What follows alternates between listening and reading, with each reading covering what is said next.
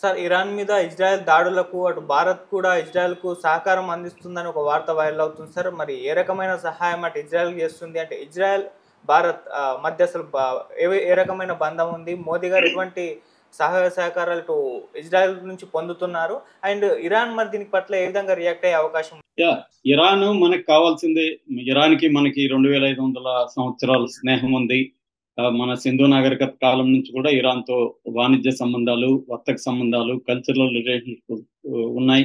ఆ తర్వాత 600 ఏళ్ళు పర్షియన్ లాంగ్వేజ్ అఫ్సిల్ లాంగ్వేజ్ గా ఇటు సుల్తానేట్ కానీ బహుమని ఇది కానీ సుల్తానేట్ సామ్రాజ్యం కానీ మొఘలులు కానీ వీళ్ళందరూ కూడా పరిచయాన్ని మన కల్చర్లో కానీ మన సాహిత్యంలో అన్నిట్లో తీసుకొచ్చారు. అధికారిక భాషగా పర్షియన్ ఉనింది. పర్షియా ఇరాన్ కి మనకి ఎప్పటి నుంచో సంబంధాలు ఉన్నాయి.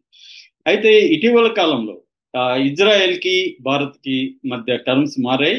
ఇప్పుడు జరుగుతున్న యుద్ధంలో ఇజ్రాయెల్ కి ఇండియా సహాయం చేస్తుంది, పరోక్షంగా ఇరాన్ మీద ఇండియా అటాక్ చేస్తుంది అనే వార్తలు వస్తున్నాయి. దీన్ని చెప్పుకునే ముందు ఇజ్రాయెల్ కి మనకున్న సంబంధాలు ఎలా మారుతూ వచ్చాయి, ప్రజెంట్ ఎలాంటి సంబంధాలు ఉన్నాయనేది బ్రీఫ్ గా చెప్పుకుందాం. 1948లో ఇజ్రాయెల్ ఏర్పడింది.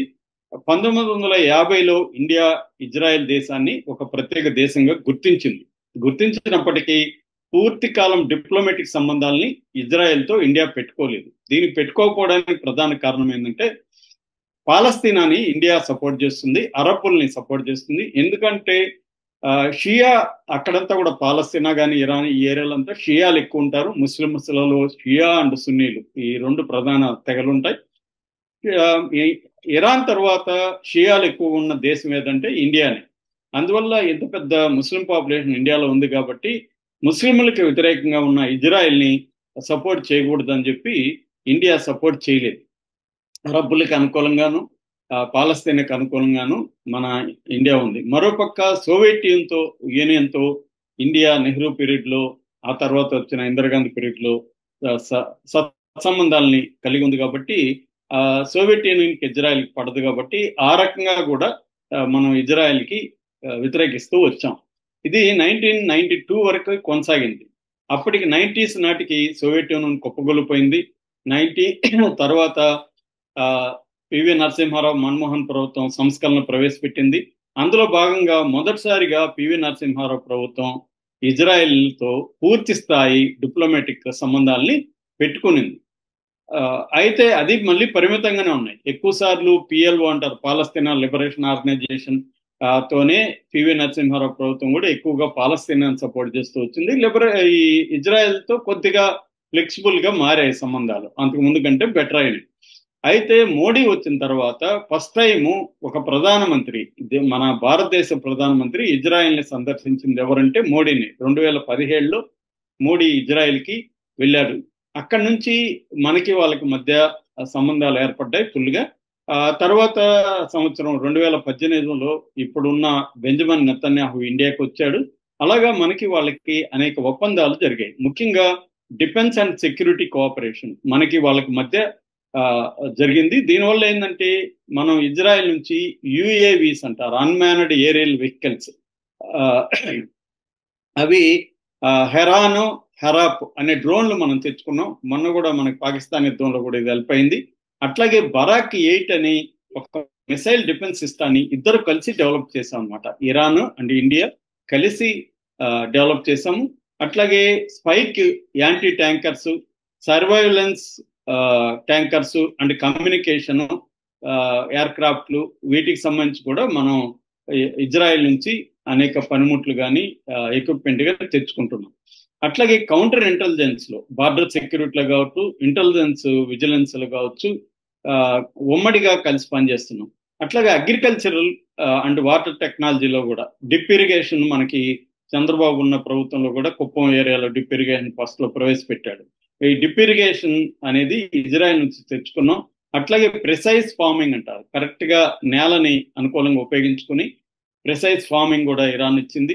అట్లాగే వాటర్ సైక్లింగ్, డీసాలినేషన్ ఇవన్నీ కూడా ఇజ్రాయెల్ నుంచి తెచ్చుకున్నాం. అట్లాగే గ్రీన్ హౌస్ ఎఫెక్ట్ అనేది కూడా ఇజ్రాయెల్ నుంచి మనం తెచ్చుకున్నాం. దాంతోపాటు సెక్యూరిటీ, ఇంటర్నల్ సెక్యూరిటీకి సంబంధించి తర్వాత సైన్స్ అండ్ ఇన్నోవేషన్ అంటే ఇస్రో ఐఎస్ఏ కలిసి పనిచేయడం, సైబర్ సెక్యూరిటీ, మనకి సైబర్ సెక్యూరిటీ నుంచి కూడా ఇజ్రాయెల్ నుంచి వచ్చింది. ఏఐ కానీ, తర్వాత రెన్యూవబుల్ ఎనర్జీ కానీ ఇజ్రాయెల్ నుంచి తెచ్చుకున్నాం. నిఘా వ్యవస్థ, సర్వైలెన్స్ అంతా కూడా ఇజ్రాయెల్ నుంచి. మనకి ఆల్రెడీ ఇప్పుడు ఇక్కడ ఫోన్ ట్యాపింగ్ కేసు తెలంగాణలో నడుస్తుంది. అది ఎక్కడి నుంచి వచ్చింది? ఇజ్రాయెల్ నుంచి వచ్చిన టెక్నాలజీ. అంతకుముందు మోడీ మీద కూడా విమర్శలు ఉన్నాయి. పెగాసెస్ అనే ఒక సాఫ్ట్వేర్ ని ఇజ్రాయెల్ నుంచి తీసుకొచ్చారని. అట్లాగే ఏబి వెంకటేశ్వరరావు ఇజ్రాయెల్కి వెళ్ళి తీసుకొచ్చాడని జగన్ కేసు పెట్టాడు. ఇలాగా ఇజ్రాయెల్ నుంచే మనకి సర్వైలెన్స్ టెక్నాలజీ, సీసీ కెమెరాల టెక్నాలజీ, ఫోన్ ట్యాపింగ్, ఇవన్నీ కూడా ఇజ్రాయెల్ నుంచి మనకి వచ్చాయన్నమాట. అట్లాగే బైలాటరల్ బిజినెస్, వ్యాపారం అనేది కూడా మనకి ట్రేడ్ అండ్ ఎకనామిక్ రిలేషన్షిప్స్ లో కూడా $8 బిలియన్ బైలాటరల్ ట్రేడ్ ఇండియాకి ఇజ్రాయెల్కి ఉంది. అట్లాగే 1,00,000 మంది ఇండియన్ ఆరిజిన్ ఉన్న జూస్ ఇజ్రాయెల్లో ఉన్నారు. ఇంకొక 32,000 మంది ఇండియన్స్ అక్కడ కూలీలుగా లేకపోతే కేర్ గివర్స్ గా పనిచేస్తున్నారు. ఈ సంఖ్య 1,00,000కి వెళ్ళే అవకాశం ఉందన్నమాట.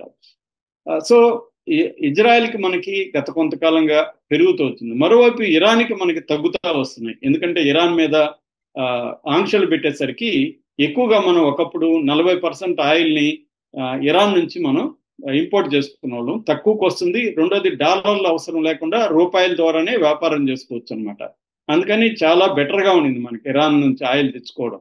కానీ ఎప్పుడైతే ఆంక్షలు వచ్చాయో మోడీ దానికి భయపడి ఆంక్షలు పెట్టారు కాబట్టి పక్కకు వచ్చేసి రష్యా మీద ఆంక్షలు పెట్టినప్పటికీ రష్యా నుంచి ఆయిల్ తెచ్చుకోవడం మొదలు పెట్టారు. సో ఒకప్పుడు ఇరాన్కి మనకి $17 బిలియన్ బైలాటర్ వాణిజ్యం ఉంటే ఇవాళ అది $2 బిలియన్ పడిపోయింది.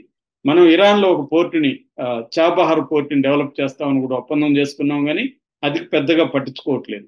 మరోవైపు ఇజ్రాయెల్లో అదానీ పెట్టుబడులు కూడా, ఇప్పుడు హైఫా మీద ఎక్కువ దాడి చేస్తుంది ఇరాన్.